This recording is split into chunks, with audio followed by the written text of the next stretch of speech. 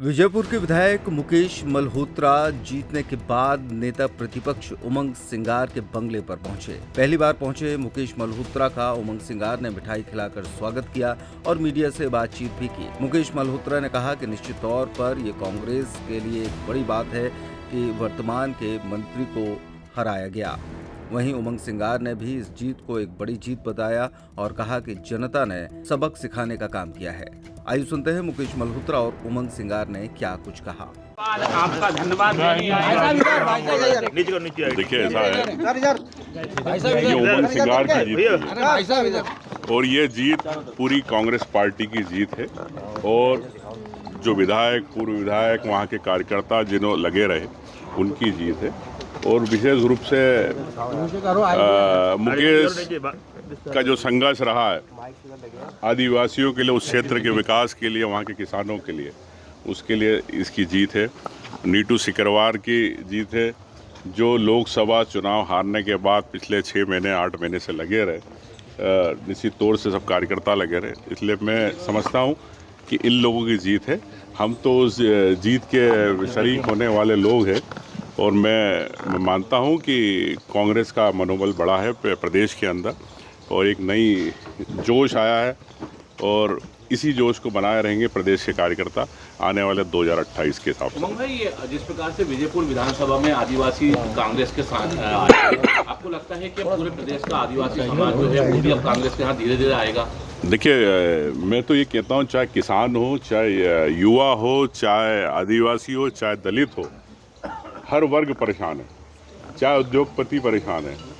तो इस प्रदेश के अंदर निश्चित तौर से आने वाले समय में आपको बदलाव दिखेगा।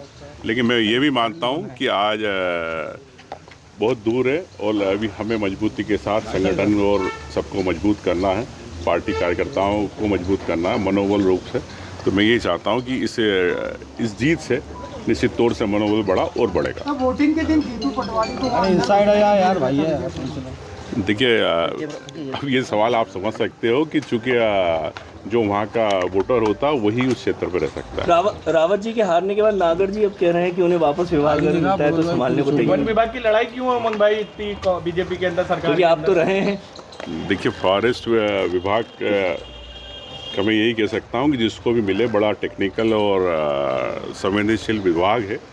कानून बहुत, नियम कायदे बहुत रहते हैं उस विभाग के अंदर कि आप सिर्फ दूसरे विभाग के मंत्री तो बगैर इसके चला लेते हैं, लेकिन उसमें जो सुप्रीम कोर्ट है, NGT है, वाइल्ड लाइफ एक्ट है, तो मैं समझता हूँ कि किसी समझदार व्यक्ति को मिले और प्रदेश के इस वन, जंगल, जमीन और वाइल्ड लाइफ को कैसे बचा सके, ये हमारी सबकी भी उसमें मेरा सोचना है कि मुख्यमंत्री जी को तय करना है। किसको मिलना चाहिए? अब देखिए, मैं इस बारे में टिप्पणी करना पसंद नहीं करूँगा, लेकिन जो मंत्री नहीं बन पाए और जो कहीं ना कहीं आपसी भारतीय जनता पार्टी गुटबाजी है, तो अब इस पद से पता चलेगा कि भारतीय जनता पार्टी अपनी गुटबाजी खत्म करती है कि और बढ़ाती है। धन्यवाद।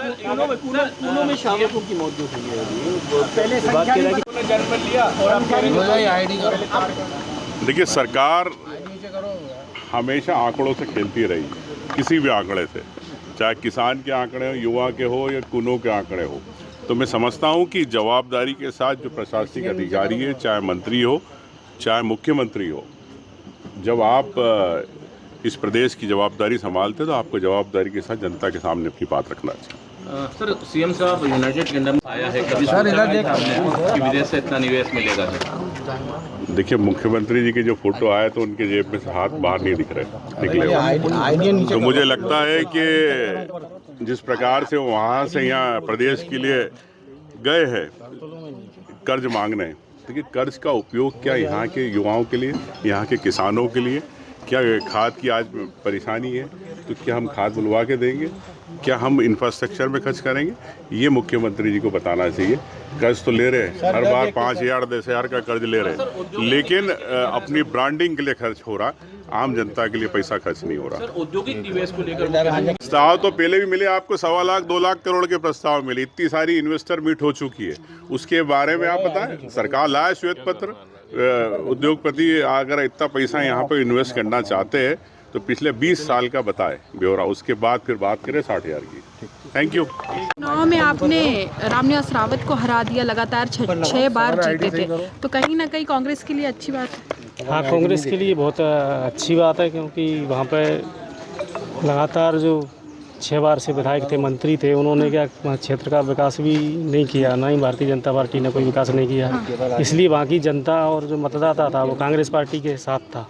लग रहा है सर कि जो आदिवासी हैं वो भारतीय जनता पार्टी के खिलाफ थे।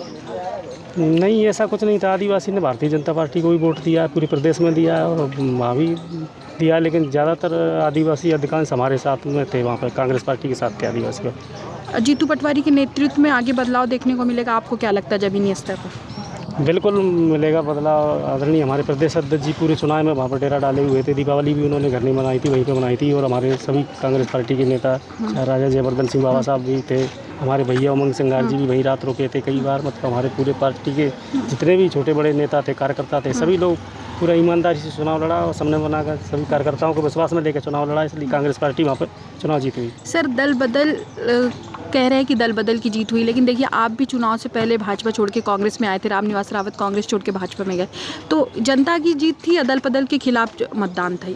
देखो, मैं तो शुरू से क्या आदिवासी हमेशा कांग्रेसी रहे हैं, कांग्रेसी थे हम लोग। लेकिन कुछ समय के लिए मैं बीजेपी में गया था, लेकिन 2018 का जो लोकसभा चुनाव था उसमें ही मैं कांग्रेस में ही था। मैं तो जब से 5 साल, पिछली बार हम राजा साहब से भी टिकट मांगने के लिए आए थे यहाँ पे, आपने सुना होगा भोपाल में, कांग्रेस में ही था मैं। लेकिन अभी जो लोकसभा चुनाव में 1 दिन के लिए गया था मैं भारतीय जनता पार्टी में।